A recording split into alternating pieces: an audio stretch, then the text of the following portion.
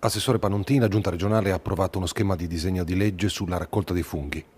Sì, oggi abbiamo approvato questa profonda modifica del sistema della raccolta dei funghi in Regione, riformando una legge del 2000. L'occasione è stata quella del riordino del sistema istituzionale. Prima il sistema era incentrato sulle 4 province e sulle 4 comunità montane, tutti enti soppressi o sopprimendi, e il riordino ci ha dato l'occasione per disciplinare in maniera diversa, dando risposta alle richieste delle migliaia di raccoglitori di funghi in Regione, prevedendo un sistema di pagamento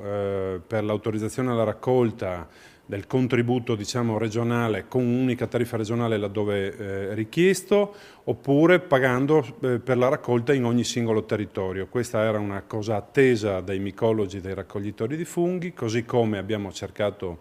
di semplificare il sistema eliminando l'esame per l'abilitazione ma prevedendo solo un corso di formazione per la raccolta dei funghi ed altre modifiche che comunque sono frutto di interventi e di accordi